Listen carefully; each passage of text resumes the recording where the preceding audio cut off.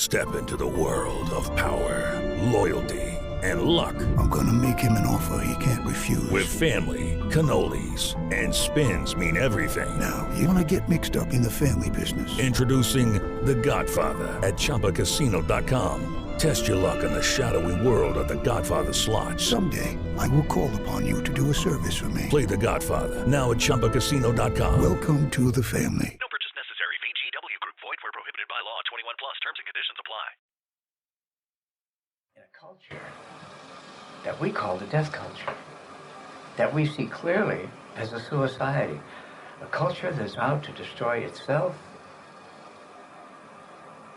and everything it's involved with, and destroy its environment, you see. A suicidity, a death culture, you see. You were born into that, no matter what your religion is, you see. To survive, to exist from day to day, from moment to moment, to relate to anybody, you've had to relate through your conditioning, through your social, political environment, you see. And I don't get a lot of opposition from anybody in any sect of any belief when I call it a death culture. See? What we have now is you and me. You see? What we have now is the madness. Wolf Zendik, born Lawrence E. Wolfing in El Paso, Texas on October 7th, 1920, was an American author, poet, musician, environmentalist, and bohemian. He described himself as an undiscovered beat. Wolfing founded the Zendik community, also known as Zendik Arts Farm, located in Florida, Southern California, Texas, North Carolina, and West Virginia at various times. He ran this community with his wife and partner, Carol Merson. Once Carol had agreed to marry Wolf, she lost the C from her name and became known as Arrol. Zendik farm members were known for selling their t-shirts and bumper stickers saying "Stop bitching, start a revolution." The community has since disbanded, with the property being sold. It has been accused by former members of being a cult. Wolf Zendik died on June the 12th, 1999. Shortly after this, Helen Zuman would arrive at the farm and become a member of the Zendik community. We have Helen here with us today to talk a little bit about her time at the farm and her experiences living within this community. Hello everyone, I'm your speaker Casey, and welcome to this week's episode of The Cult Vault. Today I am extremely pleased to welcome our guest speaker Helen Zuman. Helen is the author of the incredibly candid memoir titled Mating in Captivity, a memoir, an autobiographical insight into her time within Zendik. And if you haven't heard of Zendik before, strap yourselves in people, because this one is a wild ride.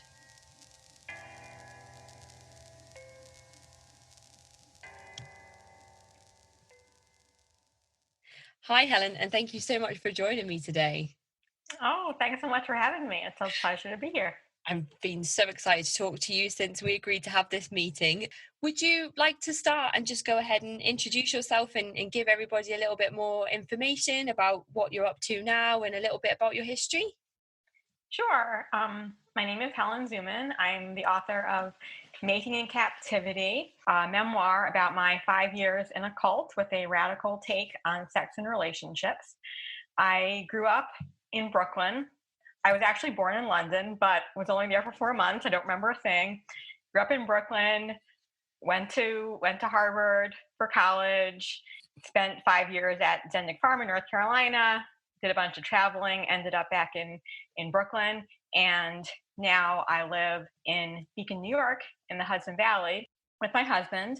We have a homestead, a very modest homestead, but finally I have been able to realize my dream of growing my own food and becoming more self-reliant in a healthier way. That sounds absolutely fantastic. So let's get into it. I'm really excited to explore this a little bit more. So you talked about, in the middle of your journey, spending time on Zendik Farm, which is what we're going to talk a little bit about today. So how, when, and why did you find yourself at Zendik Farm?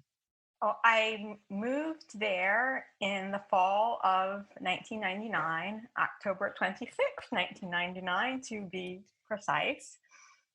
That was about 4.5 months after I had graduated from Harvard. before I graduated, I received a $13,500 fellowship to explore intentional communities in the US, places that grew their own food, where there was a flourishing village life, interdependence beyond the nuclear family. So I had that grant money, and why I wanted to go on this exploration, well, I was searching for meaning and purpose and belonging. And when I graduated from Harvard, I looked around at all the paths my classmates were taking and all the things that it was respectable for someone like me to do. And I didn't see myself. I didn't see anything that made any sense to me. I didn't have really an apocalyptic worldview. I just saw all these professions and occupations that were devoted to preserving business as usual. And business as usual to me seemed just on a very deep level corrupt. It seemed to be about manipulation, just exerting power over others from a distance, and not about touch, not about actual, human or human to animal or human to other forms of being interaction. So I set out on this exploration. I visited a bunch of communities. I went out west. I went to California. I stayed at a place in Arizona that I had been before. I kind of hopped around a bit. And then I was back in New York, in Brooklyn, in the fall. I hadn't found a place to settle down, which is really what I wanted. And then I found Zendik Farm in the back of the communities directory, which is a book that is still in print. It gets updated periodically. This directory is also available on the web at ic.org, the website of the Foundation for Intentional Community. So I was looking in this book. I found the listing for Zendik. A bunch of things in the listing appealed to me. Like they said, they had the youngest average age of any community in the country, well, in the world, actually. And I had lived during my last year of college in this co-op house that was kind of bohemian. It was a place for the misfits. We cooked and cleaned for ourselves and stuff. And I had felt like I belonged there. And part of my quest had to do with finding a more permanent version of this camaraderie and this belonging. So that was attractive to me. They said that they had an apprenticeship program, meaning they had a way to deal with new people. They wanted new people. And that had not been true in other places that I had gone to. And also they said that they did a lot of farming, but also did a lot of art. And I had majored in art in college, and I had always been interested in writing. And so it seemed important to go to a place where I wouldn't have to set aside these very important parts of myself in order to fill these gaps in my practical education. So that was what attracted me initially. And then I checked out their website.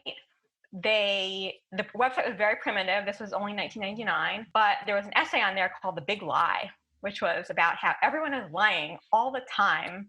And I was like, fuck yeah, that is so true. I had just seen the movie The Matrix, and I was like, yep, living in the Matrix, this is my way out. So then I called Zendik on the phone, talked to a member who lived there, asked some questions, got sort of hazy answers, but I didn't know to question that. And then I got on a bus from New York City to Hendersonville, North Carolina, planning to just stay for a couple weeks and check it out. So you're in this transitional period, not sure where you're going to go or where you're going to end up, and asking sort of all these life questions. When you phone Zendik and you speak to somebody and they're giving you these vague answers, at this stage maybe appeals to you and what sounds good to you, and being able to grow your own food and do music at the same time and do art and do all of these creative things, that sounds like perfect for you.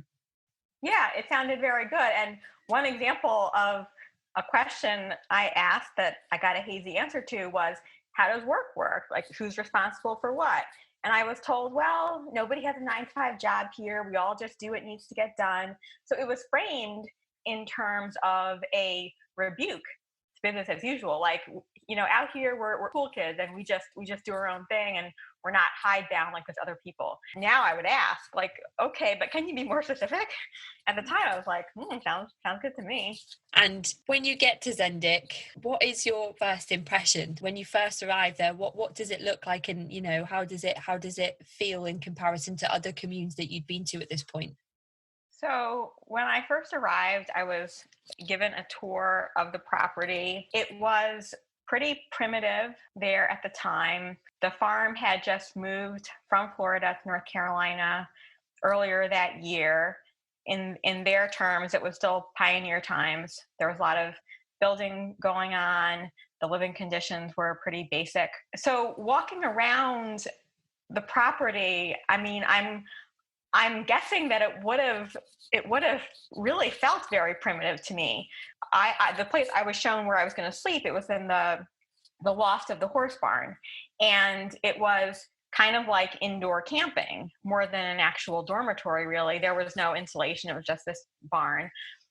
I actually, though, I was sleeping in an insulated box in the back of this loft with the other new people, all of whom were men, which was kind of shocking and strange to me. So that was part of my initial impression was like, okay, I'm sleeping in a room with all these guys who I have never met before. That is interesting. I was immediately struck by the people, just by how confident and intelligent and practically skilled they seem to be. I was new here, and It is Ryan Seacrest here. There was a recent social media trend which consisted of flying on a plane with no music, no movies, no entertainment. But a better trend would be going to ChumbaCasino.com. It's like having a mini social casino in your pocket. Chumba Casino has over 100 online casino-style games, all absolutely free. It's the most fun you can have online and on a plane. So grab your free welcome bonus now at ChumbaCasino.com. Sponsored by Chumba Casino. No purchase necessary. VGW Group. Void where prohibited by law. 21 plus. Terms and conditions apply. And there were just all these people who really seemed to know what they were about and what they were doing, and they were mostly as advertised, young and quite attractive as well, especially the guys. So that was exciting. So you've arrived and you've seen all of these attractive men, and you're going to be bunking in the same room as all of these men. Where is everybody else at this point? Yeah, just one caveat. Most of the new guys were not attractive. Just saying. So I wasn't all excited about that. But okay, there were a few dozen more bunks in the main part of the horse barn. Most of the rank and file Zendik men were sleeping in the horse barn, along with at least one woman who was also fairly new, not as new as me, but fairly new. Then there were a bunch of women who were sleeping upstairs in the farmhouse. The farmhouse was sort of the nerve center. Well, in a way, it was the nerve center of the farm. It wasn't really the headquarters, because that was the mobile, which was up the hill from the farmhouse. That's where Errol, the leader, and her people lived. So that was sort of central command, the mobile. But I didn't go up there for quite a while. But the farmhouse was the sort of bustling hub of activity for kind of everybody on the farm. So some of the women slept in a room upstairs from the farmhouse, and then a bunch of people, the higher ups, slept in the mobile, which was not a super exciting house. It was a mobile home, but they were in the final stages of building a much bigger and very beautiful building called The Addition, which Errol and her people moved into soon after.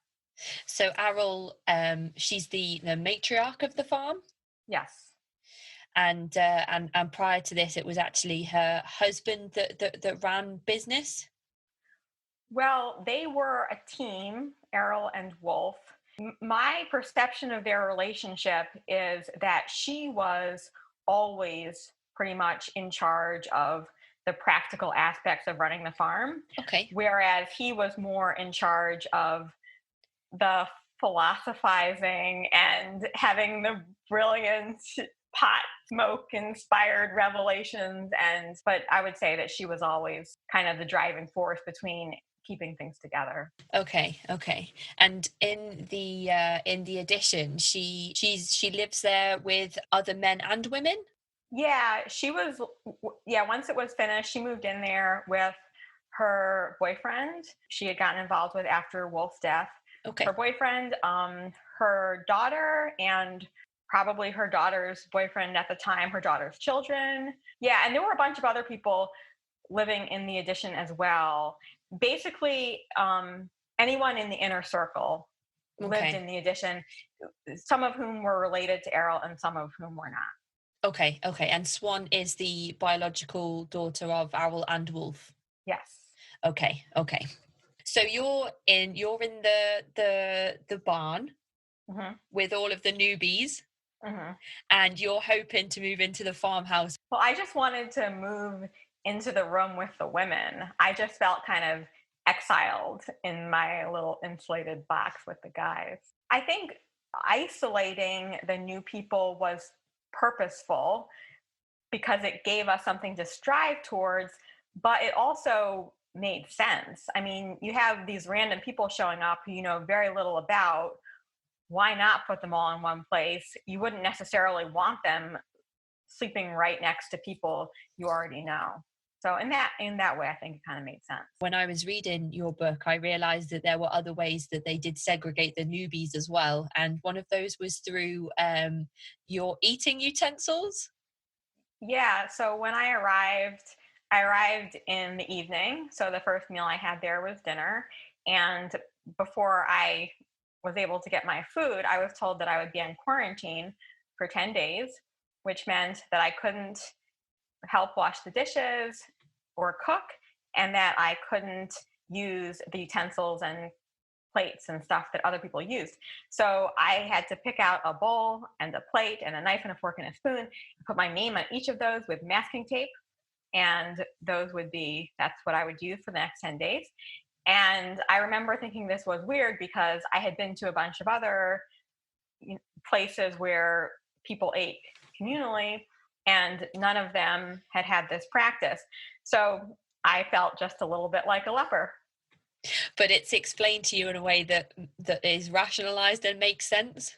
Yes. Yeah, I was told this is how we do things because we live so close to each other. Any bugs anyone brings with them are liable to spread really quickly. So this is just our policy. And all of the food and drink that you have there, it's all grown on the farm and it's all from the property? No, we did have big gardens and we did grow a lot of food, fruits and vegetables. We also had a herd of about 60 goats. So we had a lot of goat milk. Eventually we got cows and we had cow milk as well. But we ordered lots of food in bulk from distributors. The food bills were probably, upwards of $1,000 a week. So we absolutely were not self-sufficient in terms of food. And so you've gone to the farm, you're in your shared dorm, you've got your own cutlery and your own plates. And I realized that in the morning, in your first day, you're just nonstop. You did about 4 different things that day. You went to put up some shelves and dig a trench and paint some things. Yeah. From the beginning, I was just thrown out into the work crews, and that was fine with me because that was what was happening, and that's where the people were. And of course, what was most interesting to me were the people, and this was how I got to hang out with them in various different configurations. So I didn't mind. I was happy to jump in. So then when you're on your first day, you speak to Toba. And the pseudonyms that the people have in the book, are they chosen by you or were they chosen by the people themselves? So most people who moved to Zendik changed their names from their original names, and the names that they took, it was a combination of, sometimes the person would choose their own name. Sometimes Errol would say, your new name is this. Sometimes they would try to make a name their own and Errol would disapprove of it, or they simply wouldn't be able to sell it to the group. They wouldn't be able to get people to start calling them that. I tried to change my name a number of times. It never worked. I was never able to sell it. So I remained Helen, although I did sort of have the pen name of Hellion, which was sort of my nickname. But the pseudonyms in the book, they're all names that I came up with myself. And generally, I just tried to keep it so that if the person in real life had a weird Zendik name, I gave them a weird name that I made up myself. And if the person in real life had a regular American name because they hadn't changed their name, then I gave them a different regular American name. Okay, I can definitely see that through the pattern of the book, which is really cool. Would have never have known that that's how it was done. So that's really interesting. So you've gone on to your first days of work. You're on the work crew. You're with one of the ladies that lives there, and she's one of the older ladies on the farm. And she starts to ask you about your personal life and your relationship history, and you offer part of your history to her, and she's seems to be very good at reading you. She makes assumptions that seem to be correct on how much experience you've had sexually in the past. And you offer her some information as well, and it just seems like a nice casual conversation. And then everybody's approaching you, and this information has been relayed back to what seems like the entire farm. Well, I don't know about the entire farm, but later, later that day, I had a conversation with another person who happened to already know that I was a virgin, and who had learned it from the woman I had worked with in the morning. So I don't know how widely spread the information was. Okay, and that information is interesting because at the time, which I'm sure you weren't aware of before you visited the farm for the first time, you'd actually walked into what turned out to be a sex cult. I would say definitely that Zendik is a cult. I would not say that it's a sex cult. I did choose to name my book Mating in Captivity, and I did choose to focus on the threat of sexuality because that was the most intimate form of control that was exerted over us at Zendik. However, I find the term sex cult to not be terribly useful because, as far as I can see, every single cult has to deal with sexuality and has to figure out how to control it. At Heaven's Gate, it was celibacy, and in the fundamental Latter-day Saints, they marry 50 women off to one man. And in the 12 tribes, it's all about having those 144,000 kids or whatever. But every cult has to control its member sexuality, and they can do it in a wide range of ways. So yes, the Zendik rituals for sex were interesting and distinctive, but sex was also just one part of life. I do appreciate you being candid with me and just telling me that that's not how you would describe it, or that's not how you would see it. So it doesn't bother me at all. I mean, you're just saying what your impression is, and I'm responding, but it doesn't bother me. Okay, good. I'm glad that's fine. So you've moved in, you've had your first day of work. Everybody a few people have approached you about being a virgin, and then you are spoken to about how the dating system works on the farm. Ryan Seacrest here. When you have a busy schedule, it's important to maximize your downtime. One of the best ways to do that is by going to ChumbaCasino.com. Chumba Casino has all your favorite social casino games like spin slots, bingo, and solitaire that you can play for free for a chance to redeem some serious prizes. So hop on to ChumbaCasino.com now and live the Chumba life. Sponsored by Chumba Casino. No purchase necessary. VGW Group. Void where prohibited by law. 21 plus. Terms and conditions apply. And how is that conversation brought up to you, and that aspect of the farm and how that works? That aspect was brought up to me in one of these situations where I was working painting shelves with another woman who I call Zeta in the book, and she asked me if anyone had told me how dating worked, and I said no. I didn't know that there was any particular way that it worked. When I was at dinner that first night, I had noticed an interaction in which one woman asked another, "Are you having a date tonight?" And she said yes. And I thought, oh, they're going out to dinner and a movie. So why does that woman who's going on the date have a bowl of food in her hands?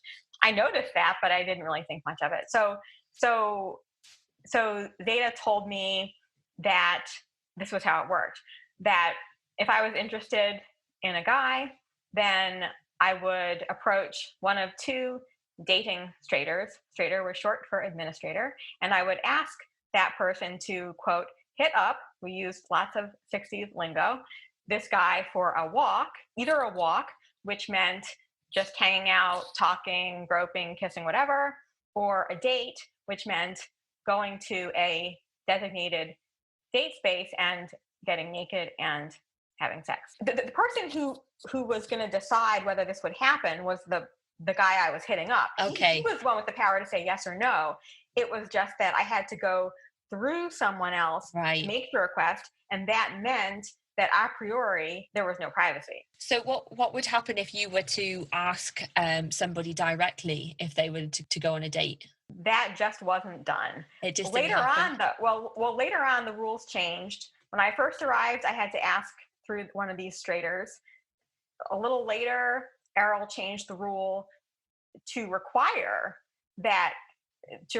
everyone to hit their people up directly face to face. That became the new rule. So it did happen then when that was the rule. And then later on, the rule changed again to be that you had to find a third party to do the hitting up for you, but the third party could be whoever you chose. Right. Okay. So the way that the farm works is not set in stone. It's kind of Errol picks and chooses when things change and when new rules come in. Pretty much. Yeah. Certainly the way that we lived it was not set in stone. The farm changed a lot. It changed a ton in the many years it existed before I arrived, and it changed a lot when I lived there. Also, I just want to make a caveat about always having to ask through someone, because it is quite possible that in that period where the dating straighters were in effect, that if you were kind of in a relationship with someone, then maybe you were going to just set it up with that person. So that probably, I think that actually it did happen.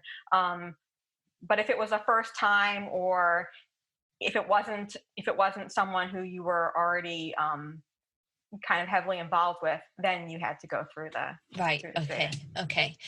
Why do you think that things were done that way? Well, there was this idea at Zendik that had been built into it from the beginning of the need for each person to be intimate, not primarily with one other person, but with the entire group.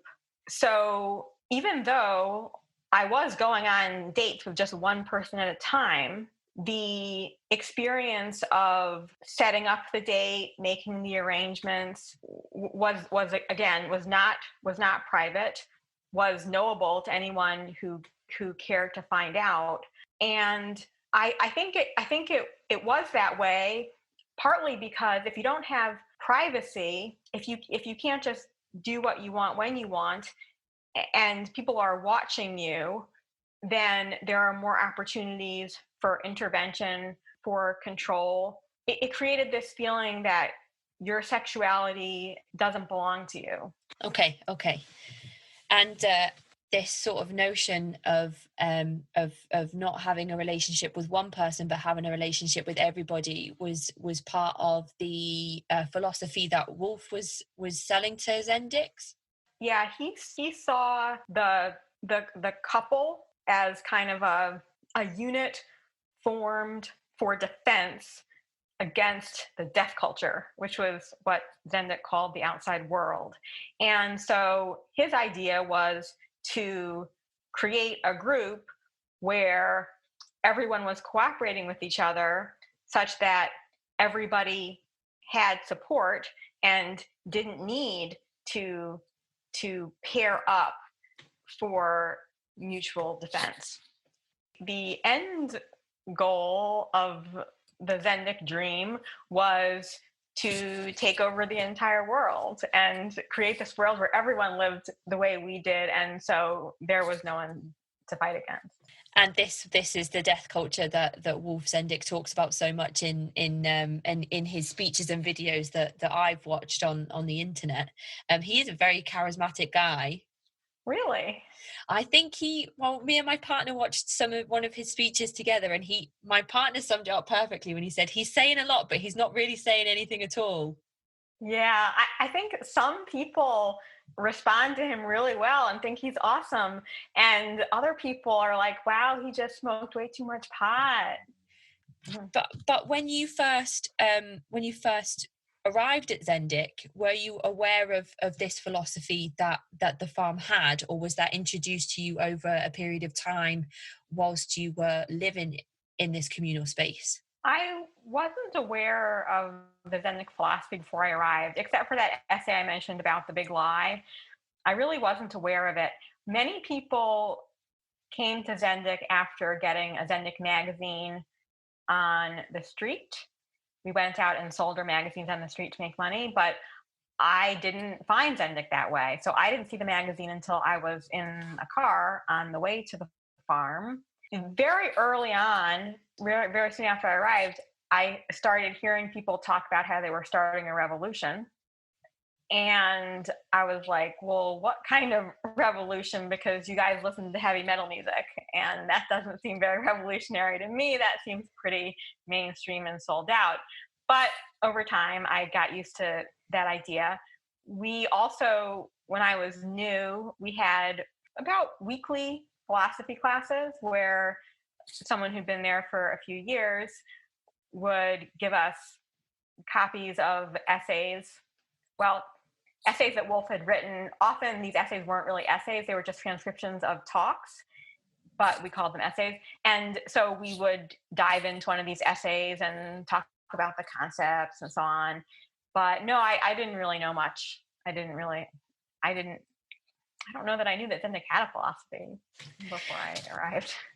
It didn't bother me that the Zendik said they were starting a revolution. Like I said, I originally had my doubts about whether that was true or not, but it made sense to me on a basic level because I did feel like the world was really fucked up in a really fundamental way that most people were not willing or able to recognize.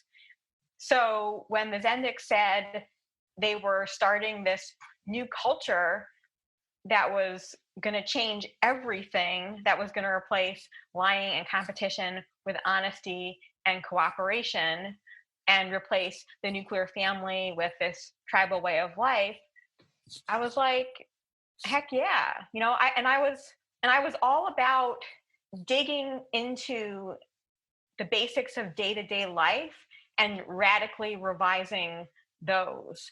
And the Zendiks did seem to be doing that.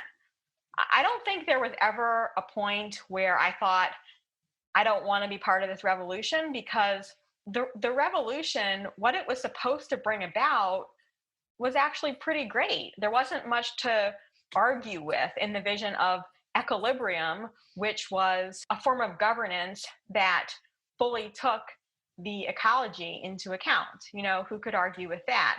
Also, when I was out on the street selling magazines and music and CDs and music and bumper stickers and t-shirts, I would, like you mentioned, get these questions about what's the revolution. And I kind of had to make it my own. And I would say, well, it's a revolution for truth and beauty and creativity and all these things, just pulling in my own dream of a utopian reality. And the Zendik revolution was kind of undefined enough that I could do that. And when you go out into the streets and you are selling all of this material, you called it your ammo?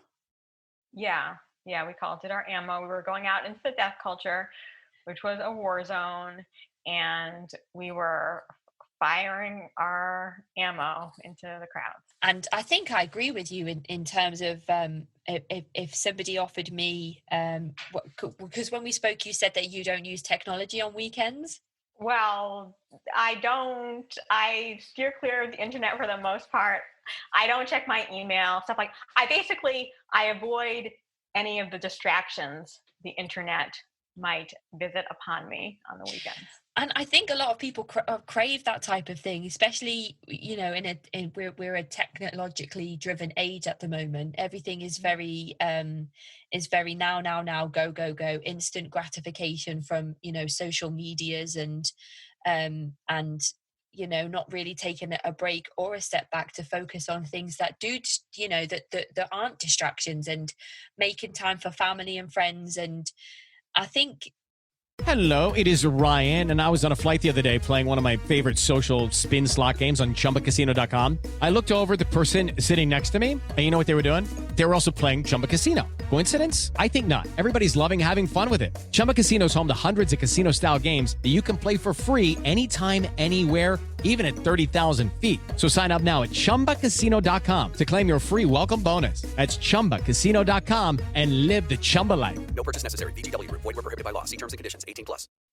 Go into a community that is saying, we don't have to worry about the competition anymore. We don't have to worry about cosmetics and the way that we look and dyeing our hair and using makeup and, going to the gym and worrying about social media. We're disconnected from all of that stuff. And I think that sounds incredibly appealing to people in this day and age who are socially anxious and crippling shyness because they're not used to being face to face with groups of people, and this lockdown is definitely not helpful. Oh yeah.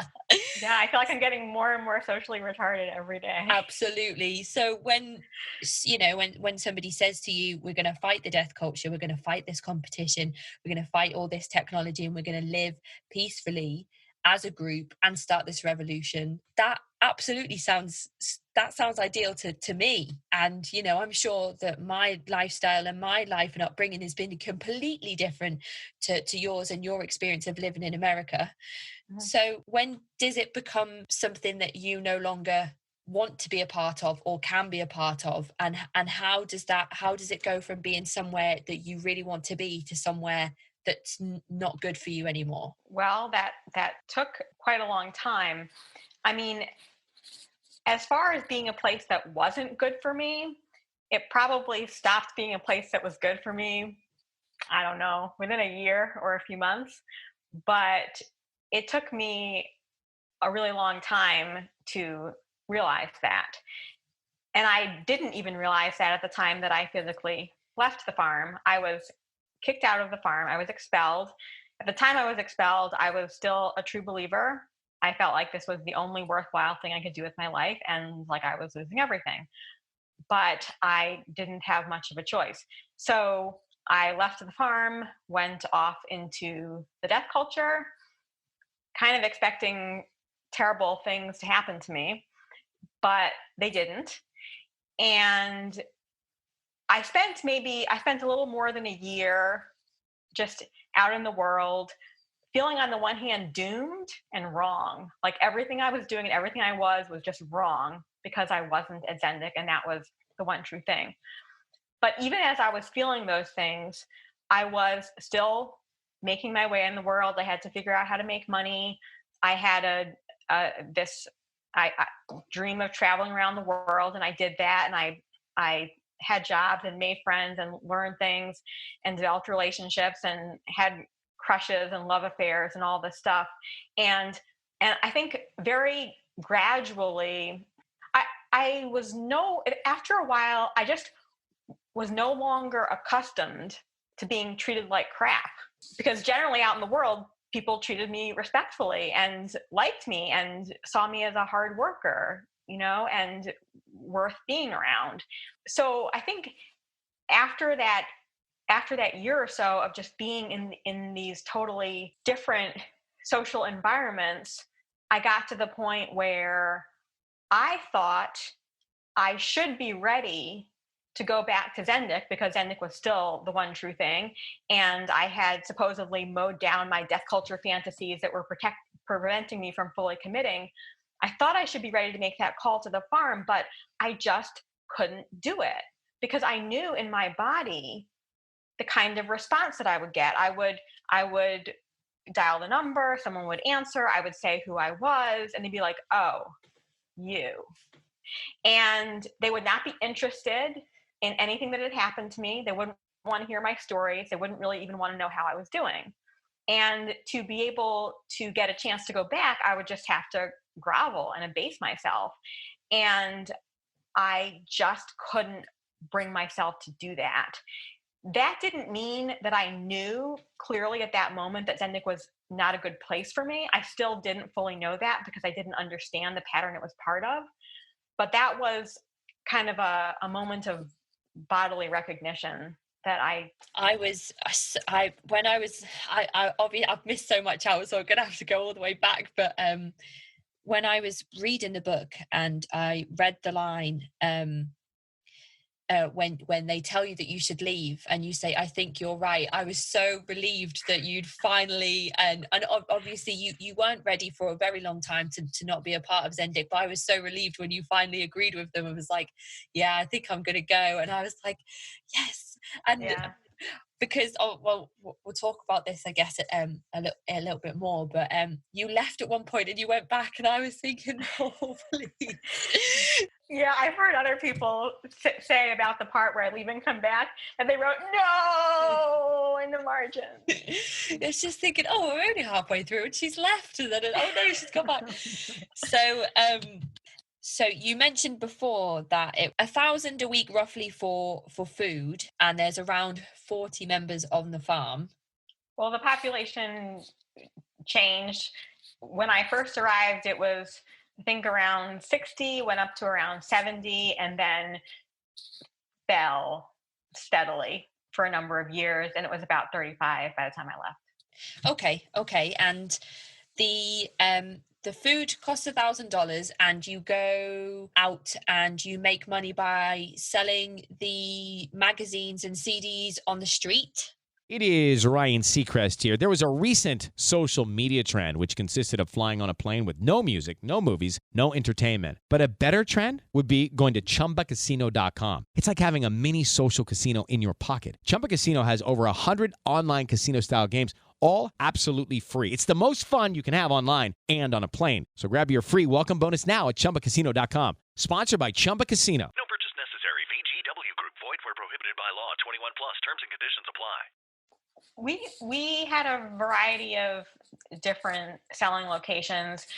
One thing we would do is just go to a busy street corner in a city. Often we would choose the street corners where the wealthier people would go, like to shop, and we would go to places where there were lots of bars, which attracted lots of foot traffic and then produced lots of drunk people at night. We often did pretty well with the drunk people. So when we were going to cities, within the crowds of people walking by, we certainly had our filters for whom to approach. And I would say, for me, if I possibly could, I wanted to approach people who looked a little out of place. Sometimes everyone was just, perfectly coiffed and dressed, and I had no choice but to approach them. But I was looking for the misfits generally. Then we also went to concerts and festivals and even protests. Eventually, we found that protests were really good for us. One of the concerts we went to a lot was Ozfest, which maybe is like over now. I don't know if anyone even knows what that is, but it was Ozzy Osbourne's this like heavy metal guy who bit the head off of a bat, and so we would go to the concerts of musical acts that really spoke to young people who were deeply disaffected. That was a good market for us, and sometimes, So that was part of it, and then just drunk people out having a good time. People at protests. I remember also one year selling the string of Bruce Springsteen concerts in the New York area. It was after 9/11, and he was touring in support of his album The Rising, which was about 9/11. And I remember sort of having to come up with a whole different way to talk to those particular people. I mean, in a way, the Zendik message had its particular targets, but in another way, it was pretty much adaptable to any crowd. We could pitch it in a bunch of different ways. And how would you, that feels like that's a skill you'd have to develop, like knowing how to read people. And, we've talked about being, a little bit socially shy. So how did you personally, did you know how to sell to people straight away? Or was it something that you had to develop, or did you never get the hang of it? Or what was that journey like? When I first started selling, I was utterly terrified. I was motivated to try it because after I'd been at the farm a little while, I noticed that, number one, selling trips seemed like fun. You would go off together in a van with your crew of, 2 to 7 people or whatever, and you'd all be together in this, having this really intense experience, for a few days. And clearly you were bonding when you were on the road and getting closer to each other. Then you came home, and if you had done well, you got a lot of praise and admiration for that, and you got to sleep late because you're totally exhausted. Also, you got to eat peanut butter and tahini when you went on road trips, and you didn't get to eat those at home. So I was motivated to try it for those reasons. But the idea of going out in the street and approaching strangers and asking them for money, I mean, we were selling stuff, but basically asking for money, that was terrifying. The very first time I was out on the street, it was in Athens, Georgia, near the University of Georgia campus. And it was kind of like just jumping into a freezing cold lake. Like, I just have to jump now. I just have to approach my first person. And I did. And he gave me $2 for a magazine. It's like, great, I'm a Zendik seller now. And I think selling is interesting because, I was always really good at school. There had been things before this that I started out being bad at, and I had to work really hard. Like, I was in the swim team in grade school. I didn't start out a good swimmer. I had to work really hard to become competent, never mind good at it. And selling was one of those things I was not innately good at it at all. I did learn it. I did get a lot better over time. I developed a degree of consistency, but I never made it into the ranks of the power sellers. And I was always inconsistent. I would have amazing days sometimes, and I would have horrible days. And I never got to the point where I felt like, yep, I know how to go out and have a good day. And on those bad days, it was often spoke about how it was your outward energy that was causing you to have a bad day selling, and not the people that you were interacting with. It was all to do with what you were outwardly expressing. Is that right? Yeah. One of the things we would say about selling, and about other things, but particularly about selling, was it's all energy. And when you're having a good time and you're, quote, on, then people want to talk to you and they want to hang out with you and they want to buy your stuff. And I think there is truth to that. I did experience that myself, that I would be out selling, I'd be having a terrible time, some internal switch would happen inside me, and suddenly I was doing well. However, that's not the only thing. My husband happens to be a pedicab driver in New York City. Driving a pedicab in New York City, people think of it as being primarily a physical job. You have to be really strong because you're cycling people around, on a tricycle. I've tried it myself, and I would say it's primarily a sales job, because the hardest part of succeeding as a pedicab driver is getting people into your cab. You have to sell those rides. Now, my husband, he's been doing this for many, many years.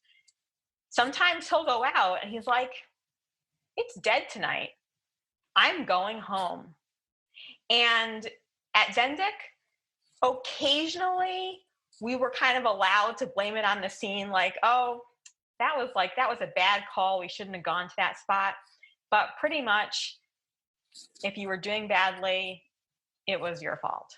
And there's a few instances in the book where you're sat down with your peers in a circle and they are having this conversation with you, saying that you're sabotaging yourself almost. Yeah, sabotaging myself, sabotaging the trip, just being a drag. Yeah. So at Zendik, it's a lot about erasing competition between each other. But it feels as though, on the surface, because it feels as though there is still that element of competition, especially when you would all go out selling, and at the end you would count up your money and people would be relieved to be the ones that made the most that day. Mm-hmm. Yeah, there was intense competition on the street. And what made it worse was there was both intense competition. Like, if I was out selling, I would always have been thrilled to make the most money, which hardly ever happened. But at the very least, I wanted to be kind of in the middle to avoid criticism. So yes, I was intensely aware of how everyone else in the crew was doing. And that was hard enough if I wasn't doing well myself. But what made it worse was this belief that my competitiveness and my jealousy was part of my deaf culture conditioning. So I'm bad because I'm not making enough money right now, and then I'm doubly bad because I'm jealous of so and so who is doing well. And what I wasn't able to realize was it made sense to be jealous and to get tense about those things because I was kind of in a fight for survival. I was in a fight for my place in the tribe and for approval and admiration. When you're out selling, you're selling magazines that have people's stories in from the farm? Yeah, in the early days of my time at Zendik, our magazines did have a fair number of stories by people who lived at the farm. Often, the storyline would be something like, I was out in the world and my life was terrible, and then I moved to Zendik and now things are great. There were also screeds by Wolf and Errol, maybe an interview with Errol, essays. I wrote for the magazine a few times, also graphics, artwork, comics. As time went by, the number of voices represented in the magazine decreased. And by the time the last issue was published, I believe it was just Errol, Wolf, and Swan in there, and there were no other writers. Zendik had a band. When Wolf was alive, he was the band leader. After he died, Errol took over as the band leader and the lead singer. She didn't have any musical training. Some of the other band members did, and they were incredibly talented musicians. Hello, it is Ryan, and I was on a flight the other day playing one of my favorite social spin slot games on ChumbaCasino.com. I looked over at the person sitting next to me, and you know what they were doing? They were also playing Chumba Casino. Coincidence? I think not. Everybody's loving having fun with it. Chumba Casino is home to hundreds of casino-style games that you can play for free anytime, anywhere, even at 30,000 feet. So sign up now at ChumbaCasino.com to claim your free welcome bonus. That's ChumbaCasino.com and live the Chumba life. No purchase necessary. VGW Group. Void where prohibited by law. See terms and conditions. 18+. And they kind of carried the music to the extent that it was carried. The music was also all improvised, including the lyrics. And that's very hard to do. So, but when I lived at the farm, I believed that only Zendik music was pure. So, and I just didn't like it. I mean, I liked country music. I liked music that had a story to it. I love country music. Rhymes. Yeah. And so I listened to the Zendik music. I'm like, I just don't get this at all. But I really wanted to like it because if I liked it, I could sell more of it.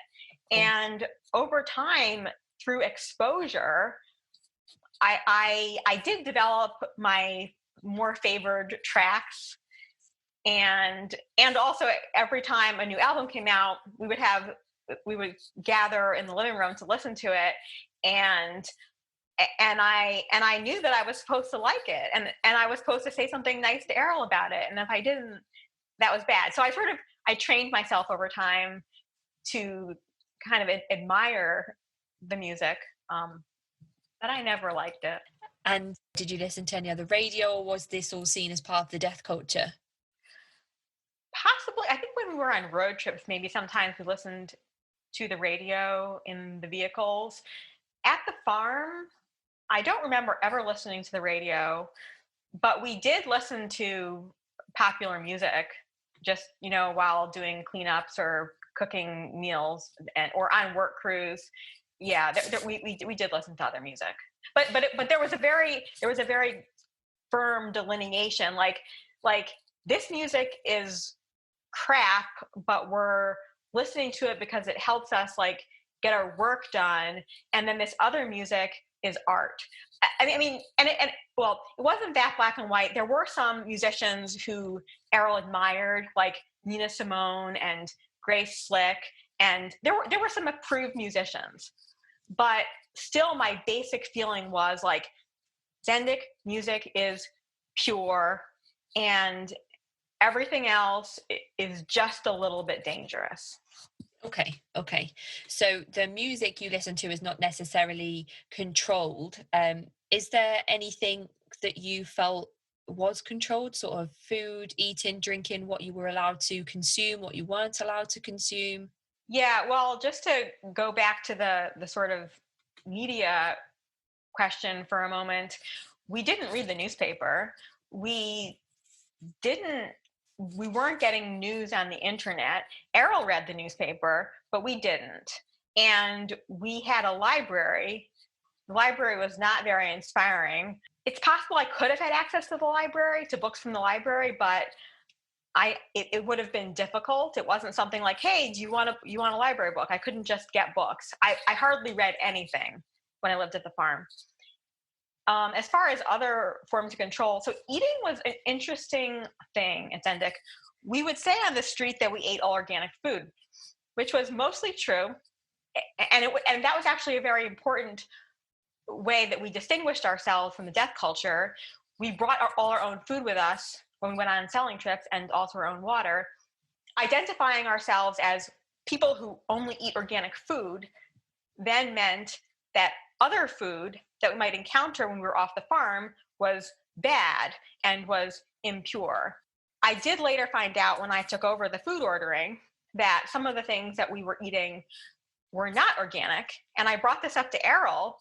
I was shocked. I thought this must be a terrible mistake, that we were eating something that wasn't organic. And she was like, no, just leave it. But the food overall was really good and quite plentiful. It was very high quality food. I would say I actually learned to eat better when I lived there. The thing about food, though, was so much else in my life was not under my control that I just overate like crazy when I lived there, because that was like one of the very few things that I could control. The reason I could control it was I was in charge of the food supply for a lot of the time. And I mentioned the peanut butter and tahini being controlled substances. At one point in the farm's history, each week, every member got a ration of pot and peanut butter. So peanut butter had been controlled for a long time. And in the big walk-in cooler where most of our food was stored, there was a 55-gallon drum in the back corner of this walk-in with a lid on it and a lock. And in that barrel was kept the peanuts, the dates, the raisins, any other dried fruit we had. That was kept under lock and key. And this barrel had lots of dents in it, and the lid was severely bent because people had gone in there and like pulled it apart so they could stick their hands in and get a fix of sugar. Who had the key? Sweet. Well, I actually ended up with a lot of the keys because I did a lot of work in the kitchen, and over a number of years, a bunch of other women who also had keys left and gave me their keys. And I ended up with like all the keys to the barrel. But then after this, the woman who was in charge of the walk-in left, and I took over care of the walk-in. And I actually felt like this barrel was really bad. And I got permission from Errol to get rid of the barrel and kind of make it so all the food was stored in a way that simply made sense. Because I could feel like all the hiding and the deception that was going into our food supply because of this lack of individual agency and individual control, and also because there was a hierarchy in relation to food, that Errol and her circle got to eat certain things that the rest of us didn't get to eat. Oh, I don't think that's mentioned in the book. No, I deliberately de-emphasized food because I didn't want to write another fucking body image memoir. So I left out most of the food stuff. But it's interesting because a lot of the times where you sit down and you briefly describe what you're eating for that meal, there's rarely ever meat mentioned. So I actually wondered if the farm was vegetarian, but then at some point there is chicken mentioned. Oh yeah, we used to order entire cows from Warren Wilson, a nearby college with a farm. Yeah, we ate a lot of meat.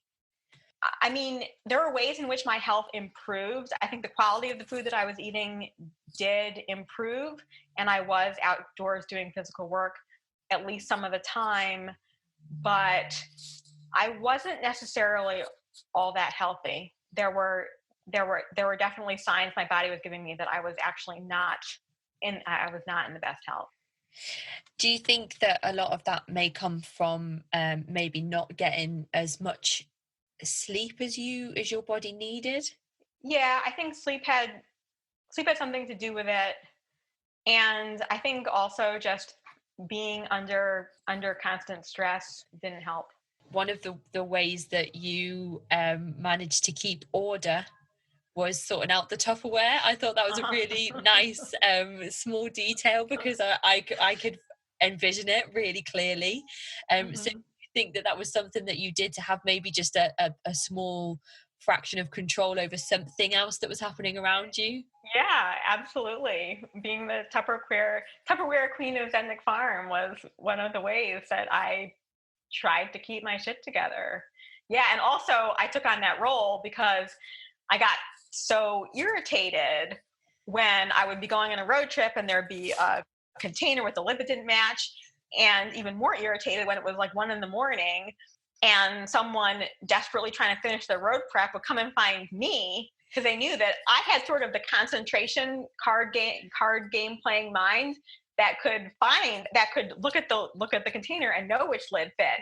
And so I didn't want to do that. So I was like, well, I'm gonna take this on and keep this in order. And it was just a constant battle that I don't know that I ever won. But it's not just you that experiences that. I think that Tupperware game is something that happens in almost every household. So that must have felt like almost like a level of normalcy to have Yeah. that. There was also the tier system with the wristbands at one point as well. Hmm. Yeah, when I arrived, I kind of noticed these strips of cloth around people's wrists, but I just dismissed them. I didn't think they meant anything. And later on, I found out that actually they did mean something, that at that time the farm had an explicit hierarchy of multiple levels. There was the family at the top. They had purple wristbands. The family, capital F, meaning Errol and her inner circle. Then the family apprentices on the level below, gray. They were supposed to be quickly evolving and on their way possibly to being in the family. Then there were the core members, royal blue. They'd been around for a couple of years. They were considered solid and dependable. Core apprentices, brown, been there for less time, but on their way to being in the core. The Zendik apprentices, green at the bottom, that's what I became when I. Hello, it is Ryan, and I was on a flight the other day playing one of my favorite social spin slot games on ChumbaCasino.com. I looked over at the person sitting next to me, and you know what they were doing? They were also playing Chumba Casino. Coincidence? I think not. Everybody's loving having fun with it. Chumba Casino is home to hundreds of casino-style games that you can play for free anytime, anywhere, even at 30,000 feet. So sign up now at ChumbaCasino.com to claim your free welcome bonus. That's ChumbaCasino.com and live the Chumba life. No purchase necessary. VGW Group. Void were prohibited by law. See terms and conditions. 18 plus. Chose to stay. And then the family warriors with pink wristbands over on the side of the evolutionary pyramid. They'd been around for a while, but they weren't really evolving. You've gone to the farm. You plan to only stay for a couple of weeks. Yeah, that was my default plan. I didn't expect that I was going to stay. I was open to the idea that I might, but it seemed unlikely considering my pattern of visiting various other places and leaving fairly quickly. Do you think that the wristband sort of incentivized you to stay? No, it was the opposite. I didn't find out about the wristbands until after I had given the Zendiks all my money. And I was actually really upset when I found out about them because I felt like I had spent my entire life in school being rated and ranked and numerically valued. And I thought that at Zendik it was going to be different. And when I found out that it wasn't, there was this ladder I had to climb I was really shocked and really upset, but it was too late.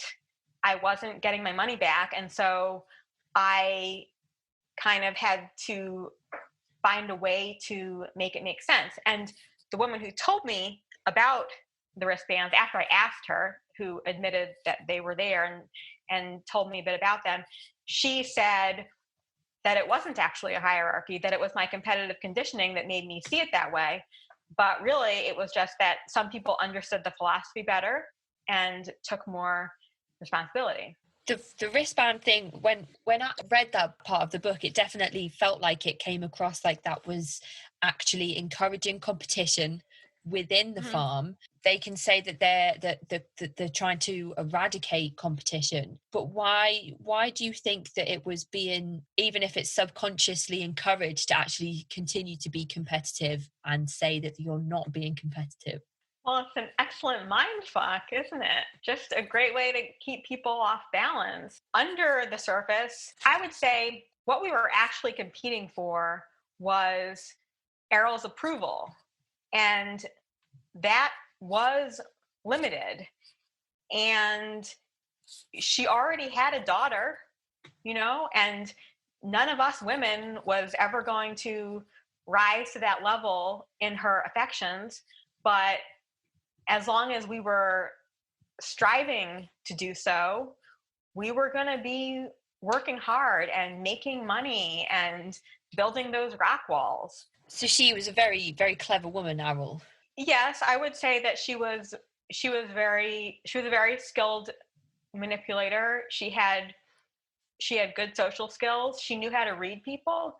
She had grown up in the projects in Brooklyn and Hell's Kitchen in Manhattan. Well, it was pretty rough there, and she had to learn from a young age how to take care of herself and protect herself. Yeah, protect herself from a position of weakness. So I think she had really excellent instincts for people's weak spots. And then she was working on a movie set, is that right? And she met Wolf, and he had this philosophy. And there was something about she turned down a role in a new TV show in order to go away with him. So on the farm, you've got the band, and you've got some people who get to write at least part of their creation stories that are in the magazines. What other types of art are available at the farm for people to take part in? One woman was really good at making stained glass. Swan had the dance studio that she... Yes, that's right. She had the dance studio, and there were other Zendiks would sometimes dance with her and be part of performances and dance videos. There was also a comedy troupe. They did improv comedy performances, and sometimes they would have kind of classes for everyone else, and we would all gather in the dance room and play improv games. That was actually really fun. There was a fair amount of graphic art. Errol's boyfriend was a painter. He did lots of painting. Other people drew. There was designing the magazine, making the graphics for the CD covers. And also there was this concept that Wolf had come up with of life artistry, which was kind of a convenient way to get people to forget about their desire to do art, because that idea was that anything you do can be art, even digging an outhouse hole. And that's kind of true, because digging an outhouse hole is actually it's a complex process. You can do well or you can do poorly. You're probably not really going to feel like you fully expressed yourself after digging an outhouse hole the way you might feel once you finish writing a book or composing a piece of music. I mean, something interesting about my path with art was when I was in college, I mostly made things in 3 dimensions, like installations, and I often used like mass-produced materials like balloons or trash bags or toilet paper or chewing gum. And towards the end of my time in school, it dawned on me that all these things I made they were beautiful, but when their time was up, the maintenance men in the visual arts building would come through with their dumpsters and take it all to the landfill. And I had in the summer times during college, I worked at a resort in the Sawtooth Mountains in Idaho, and I was so struck by the beauty of that place. And towards the end of my time in college, I put together the fact that there was human created beauty, which often ended up in a landfill, and there was natural beauty, which was unmatchable. So in a way, when I left college, I was sort of done with visual art in the way I had been doing it. I didn't want to fill up dumpsters anymore. And so I didn't really miss doing that kind of thing. Although I did eventually bring my professional grade balloon inflator to the farm. And I did once do an experiment, sort of mini art project involving fishing line.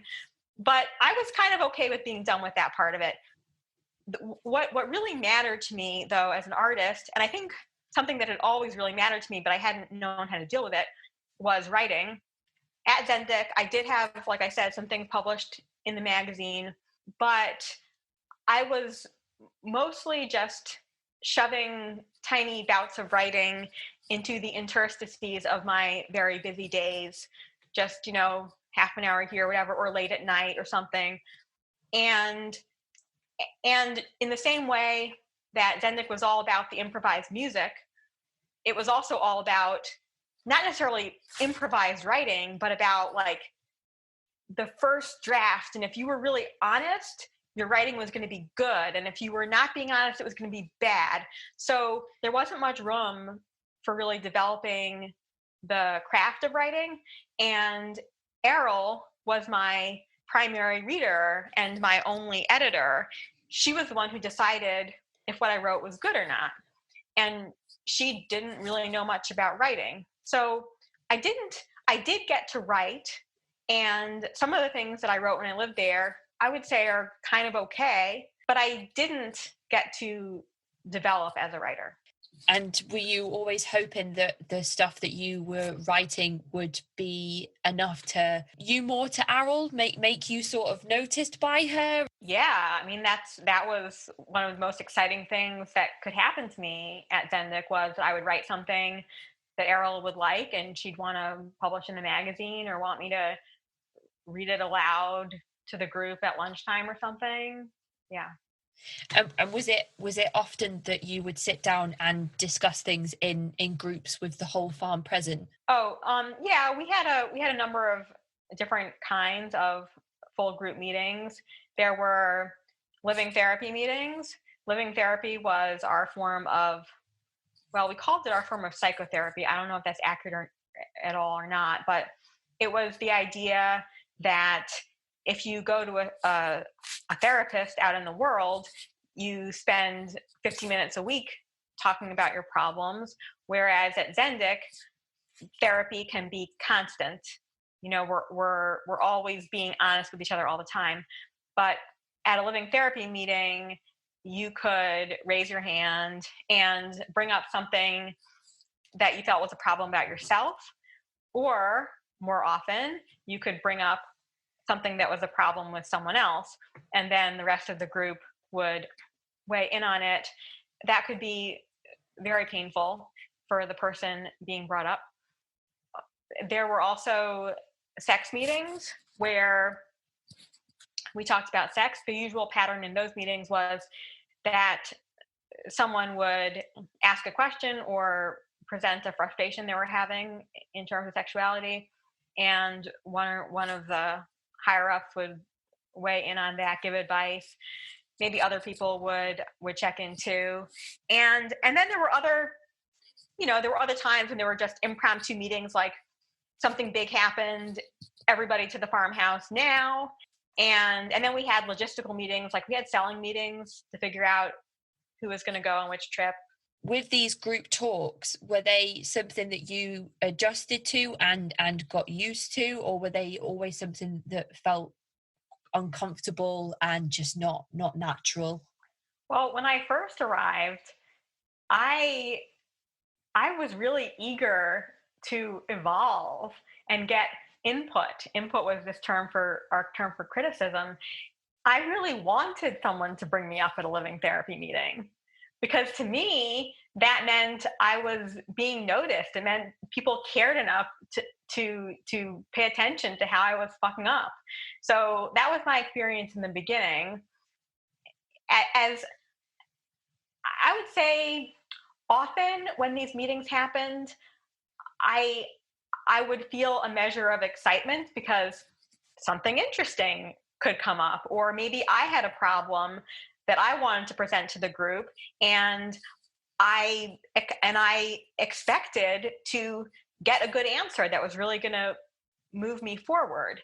Of course, the couple times the meeting, well, might have been more than a couple times, but the times when the meeting was about me, those were just those were just times of pure dread.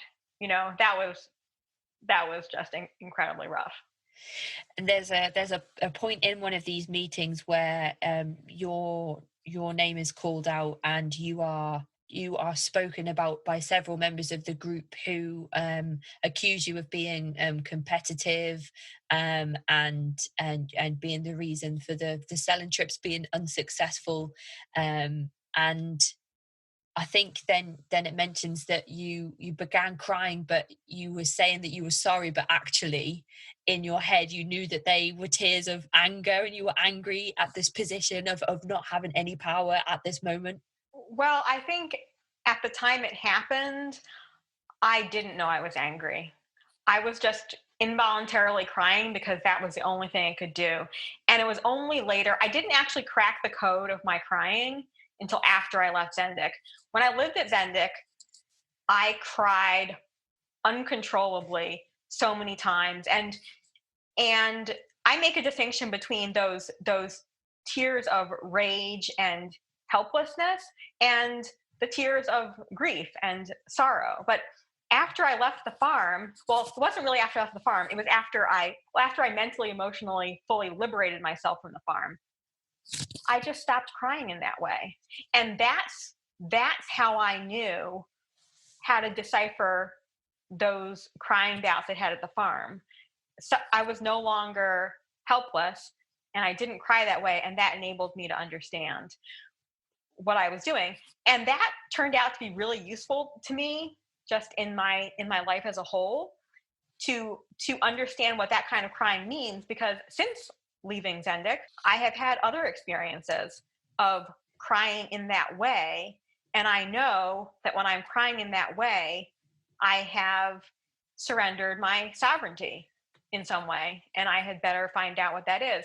And often when something is really bugging me and I've done something to betray myself, I know, or just when something's wrong, I know that I will know that the problem has been solved when I stop crying. It's really great that you're able to distinguish those things now and realize that when the problem is sorted, you will be able to stop crying and not feel this dread anymore. I think we should probably stop there for today and maybe pick up again next week and continue our story. Thank you so much, Helen, for joining me this week. I'm really looking forward to catching up with you again next week, where we can continue to talk a little bit more about your experience and your time living on the Zendik farm. Yeah, thanks so much for having me. It's been a wonderful, wide-ranging conversation. Join us again next week, where we will be finishing up Helen's story. You can find her book titled Mating in Captivity on Amazon and iBooks. You can also visit Helen's website, www.helenzuman.com, to find out more about the author. In July, I will be releasing a 2-part exclusive on the Aum Shinrikyo cult for Patreons only, so sign up if you would like access to this content. If you are in a cult or know someone who might be, please use the link in the description for advice and support. If you would like to get in touch, you can email me at cultvaultpodcast@gmail.com or find me on Twitter and Instagram at cultvaultpod. Thank you so much for joining me. I'm Casey, and this is the Cult Vault.